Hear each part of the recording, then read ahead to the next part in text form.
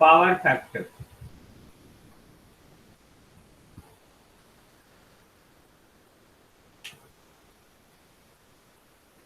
Okay, कोई भी circuit का पावर फैक्टर, अभी तक हम लोग बहुत बार देखे हैं पावर फैक्टर, बट अभी तक नाम नहीं लिया हूं मैंने, है ना। कोई भी सर्किट का पावर फैक्टर उसका फिजिकल सिग्निफिकेंस ये बताता है कि ये जो है ये मेजर करता है इट्स एबिलिटी, किसकी एबिलिटी को, कि एपरेंट पावर को आप कितना यूटिलाइज कर रहे हैं, है ना। एपरेंट पावर को कितना यूटिलाइज कर रहे हैं उसके एबिलिटी को ये पावर फैक्टर मेजर करता है। ओके, दिस वन, यानी कि power factor of the circuit is a measure of its ability to utilize the apparent power drawn by the circuit। Circuit के द्वारा कितना हम लोग apparent पावर ड्रॉ कर रहे हैं, ओके, और उसको यूटिलाइज कितना कर रहे हैं, तो उसके यूटिलाइजेशन का जो एबिलिटी है उसी को मेजर करता है पावर फैक्टर। ओके, आप अपने बिजली बिल वगैरह में भी देखेंगे, वहां पे पावर फैक्टर इंडिकेट रहेगा, इंडिकेटिंग आपका जो इंस्ट्रूमेंट है या एनर्जी मीटर है, वहां भी एनर्जी मीटर में भी देखेंगे, वहां भी पावर फैक्टर एक आपका बटन क्लिक करें तो पावर फैक्टर बताएगा। ओके, नाउ तो ये पावर फैक्टर का फिजिकल सिग्निफिकेंस ये हुआ कि हम लोग कोई भी अपरेंट पावर जो सर्किट में जनरेट हुआ या ड्रॉ की उसको कितना यूटिलाइज की। ओके, नाउ अगर हम लोग मैथमेटिकली देखना चाहें तो हम लोग मैथमेटिकली बोल सकते हैं कि पावर फैक्टर में be defined as cosine of the phase angle between active power and apparent power। Very good Tiwari. Okay, हम लोग cosine of the phase angle between active power P apparent power S, इन दोनों के बीच में जो angle है उसका अगर कोसाइन लेते हैं then that is called power factor. This one, power factor. Okay, तो अगर हम लोग पावर ट्रायंगल से ले, पावर ट्रायंगल से हम लोग बात करें, this is the power triangle, तो हम लोग पावर फैक्टर को डिफाइन कर सकते हैं cos phi equal to P by S, नहीं, cos phi equal to P by S, यानी कि हम लोग बोल सकते हैं power factor is the ratio of active power and apparent power. Anybody have the problem, then tell me. Power factor is the ratio of active power and apparent power. अपना बीच बीच में मत निकालिए बुद्धि, है ना, हम आगे बताएंगे, जो हम बता रहे हैं उसमें बोलो प्रॉब्लम है या नहीं, वो तो आप जानते ही हो गए।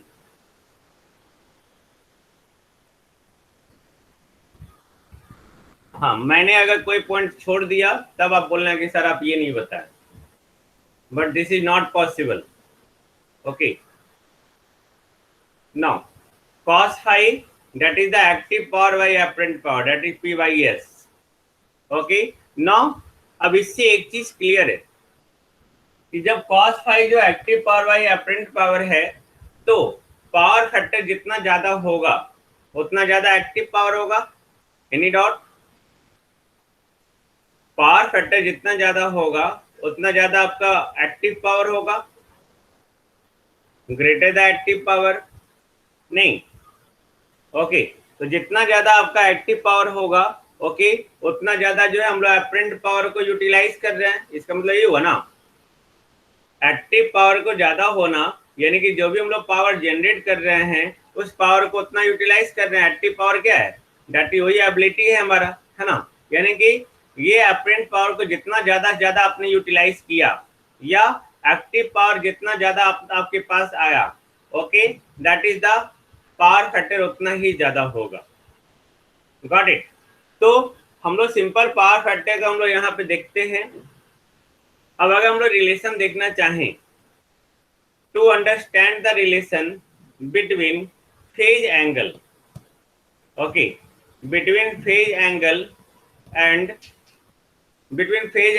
एंड और पावर फैक्टर, फेज एंगल और power factor, active power with the apparent power, यानी कि power factor, active power, apparent power, ये सबका अगर रिलेशन देखना चाहें देन जस्ट सी, ओके, कि अगर फाई 0 डिग्री हुआ तो cos फाई कितना 1, इसको हम लोग कहते हैं यूनिटी पावर फैक्टर। ओके 1 मतलब यूनिटी, इसका मतलब ये क्या हुआ P equal to S cos phi 1 यानी कि P इक्वल टू एस, यानी कि जो भी आपका पावर जनरेट हुआ ओके वो 100% पावर हम लोग क्या कर लिए यूटिलाइज कर लिए। इसका मीनिंग यही हुआ ना, टेल मी। ओके इसका मतलब ये हुआ कि आपके घर में जो भी पावर आता है अगर आप 100% पावर यूटिलाइज कर रहे हैं यानी कि आप यूनिटी पावर फैक्टर आपके पास है यानी कि 100% पावर यूटिलाइज कर रहे हैं। यूनिटी से कम है तो आप 100% पावर यूटिलाइज नहीं कर रहे। ओके और अगर आप 100% पावर या पावर फैक्टर जितना ज्यादा होता है आपको सरकार सब्सिडी भी देता है इलेक्ट्रिसिटी बिल में। ओके क्योंकि आप पावर जो है वेस्टेज नहीं जा रहा है। Got it. अब यहाँ पे देखो अगर मान लेते हैं फाई हमारा 30 डिग्री तो cos फाई cos 30 मतलब हट √3/2 यानी कि 0.866। Got it. ओके 0.866 यानी कि P इक्वल टू हम लोग जो लिखेंगे 0.866 इंटू एस यानी कि 86.6% ऑफ एस लिख सकते हैं हम लोग।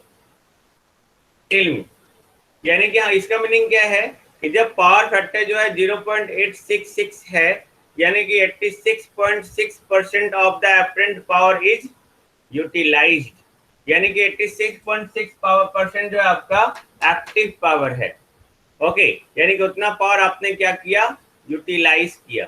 ओके वही अगर फाई 90 डिग्री हो जाए तो cos फाई यानी कि cos 90 इक्वल टू व्हाट 0 यानी कि P इक्वल टू व्हाट 0 यानी कि आप जो है कुछ भी पावर यूटिलाइज नहीं कर रहे हैं, no any power is utilize. Okay तो इससे एक कंक्लूजन निकलता है। कंक्लूजन क्या है कि फेज एंगल जैसे जैसे घटते जा रहा है वैसे वैसे पावर फैक्टर जो है वो बढ़ते जा रहा है।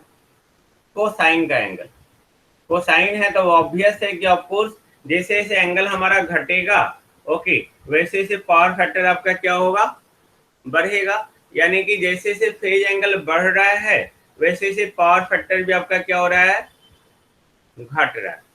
आई थिंक नो प्रॉब्लम नहीं ना। Okay I think no problem. Active power को हम लोग जो कर रहे हैं simple power corresponding to the resistance. Resistance में ही ना हमारा जो है आप देखो simple active power P equal to हम लोग लिखते हैं I स्क्वायर R या VI cos phi. Okay active power corresponding to the resistance in the given circuit. Okay अब हम लोग अलग डिफाइन कर रहे हैं पावर फैक्टर का इंपोर्टेंस समाप्त हो गया। ओके आप ये लिख सकते हैं I square R V I cos phi. अगर रेसिस्टेंस है तो आप इस तरह से लिख सकते हैं या पावर फैक्टर से कोरिलेट कर सकते हैं। रिएक्टिव पावर रिएक्टेंस के कॉरेस्पॉन्डिंग आई स्क्वायर एक्स जिसको आप लिख सकते हैं V I sine phi. I think no problem just tell me. और एपरेंट पावर उसको लिख सकते हैं आई स्क्वायर जेड यानी कि वी आई। आप इन दोनों को देखो लिखो। ओके अलजेब्राइक सम करेंगे सॉरी अलजेब्राइक सम बोलते हैं फेजर सम अगर करेंगे तो ये आ जाएगा क्योंकि जेड इक्वल टू जो हो रहा है under root R square plus X square. Okay I think no problem है ना। v इक्वल टू यहाँ पे क्या है आई इंटू जेड। ओके तो यहाँ पे अगर हम लोग पावर फैक्टर देख रहे हैं तो power factor equal to cos phi equal to P by S T equal to I square R and S equal to I square Z I square cancel then R by Z. Got it. Then cos phi equal to R by Z. It is very important to all of you just think about it. Okay just think about it. I think no any problem nahi now just tell me nahi now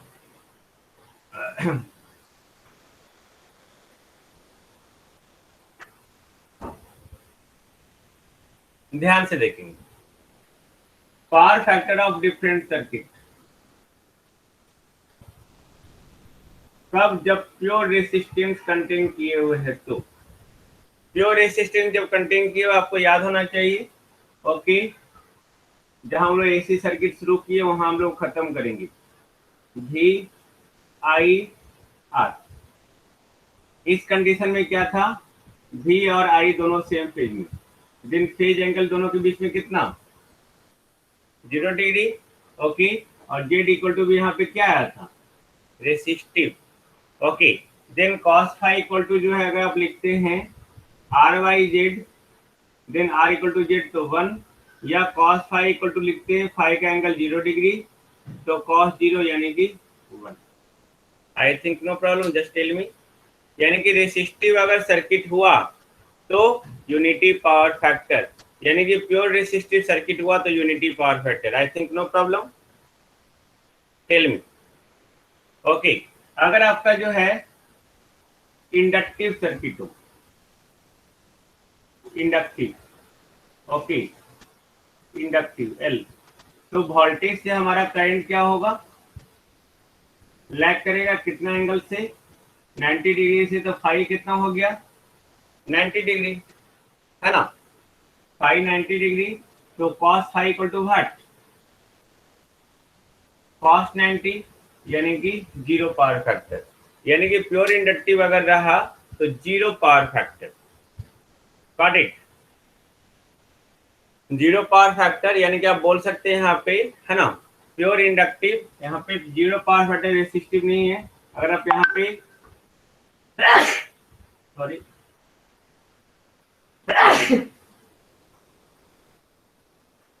are plus J XL minus XC, यही होता है ना impedance.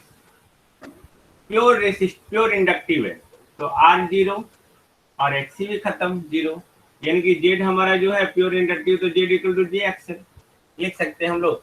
Tell me, लिख सकते हैं। यानी कि हम लोग प्योर इंडक्टिव में जो है हम लोग बोल सकते हैं, ओके, प्योर इंडक्टिव यानी कि 0 lagging power factor. Any problem? Pure resistive यानी कि यूनिटी पावर फैक्टर। ओके, अब अगर प्योर कैपेसिटिव सर्किट बात करेंगे, प्योर कैपेसिटिव, ओके, तो ये कैपेसिटिव हो गया। तो प्योर कैपेसिटी में करंट वोल्टेज से क्या करता है? लीड करता है बाई एंगल 90, तो ये 90 हो गया, फिर ये 0। प्योर कैपेसिटी में क्या होगा? Minus D XC. तो प्योर कैपेसिटिव यानी कि व्हाट? 0 लीडिंग पावर फैक्टर बोल सकते हैं। यानी कि प्योर इंडक्टिव हो चाहे प्योर कैपेसिटिव हो, दोनों केस में जो है पावर फैक्टर क्या होगा? 0 होगा। Got it?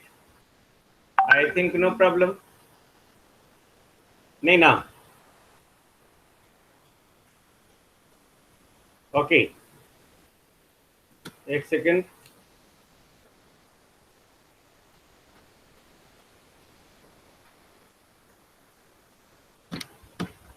No.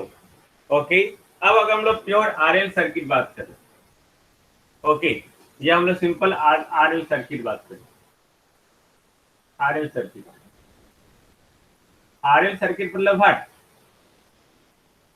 Inductive circuit. Okay, जरूरी नहीं है डायग्राम बनाना बार बार। ओके, इंडक्टिव सर्किट मतलब व्हाट? वोल्टेज से करंट क्या होगा? लैग करेगा कितना एंगल से? फाई एंगल से। लैग मतलब व्हाट? क्लॉकवाइज या एंटी क्लॉकवाइज? क्लॉकवाइज। यहाँ पे फाई एंगल जो है वो कहां से कहां तक लैग करेगा? वो 0 से 90 डिग्री। क्यों? अगर 0 डिग्री हो जाएगा तो वो प्योरली रेसिस्टिव हो जाएगा, अगर 90 डिग्री हो जाएगा तो वो प्योरली इंडक्टिव हो जाएगा, है ना? ओके, तो यहाँ पे पावर फैक्टर जो है 0 से 1, ओके, यानी कि अगर पावर फैक्टर cos 0 तो cos 0 मतलब 1 और cos 90 मतलब 0, तो पावर फैक्टर क्या होगा? ऑलवेज 0 से 1 के बीच मिलाया करेगा। ओके, ऑलवेज यानी कि इंडक्टिव सर्किट में हमेशा लैगिंग होगा और उस पावर फैक्टर का वैल्यू क्या होगा, ऑलवेज 0 से 1 के बीच मिलाया करेगा। I think no problem, just tell me, just write और जस्ट टेल। नहीं ना। अब अगर प्योर आरसी सर्किट रहा, आरसी यानी कि कैपेसिटिव सर्किट, ओके, तो इसमें वोल्टेज से करंट क्या करेगा, लीड करेगा फाई एंगल से। यहाँ भी फाई कहां से कहां तक लाया करेगा, 0 से 90 तक। 0 से 90 तक अगर यहाँ पे 0 डिग्री हो जाएगा तो वो सर्किट कैसा होगा, प्योरली रेसिस्टिव। अगर आपका 90 हो जाएगा तो कैसा हो जाएगा, प्योरली कैपेसिटिव। लेकिन यहाँ पे कैपेसिटिव यानी कि आरसी सर्किट है, तो यहाँ पे ये एंगल 0 से 90, cos 0 1 और cos 90 0, यानी कि पावर फैक्टर कहां से कहां लाई करेगा, 0 से 1। बट इसका नेचर कैसा होगा, लीड। ओके, जो लोग पहले से बात कर चुके हैं। Okay, leading power factor, lagging power factor, lagging power factor यानी कि inductive circuit and leading power factor यानी कि capacitive circuit. I think no problem, नहीं ना।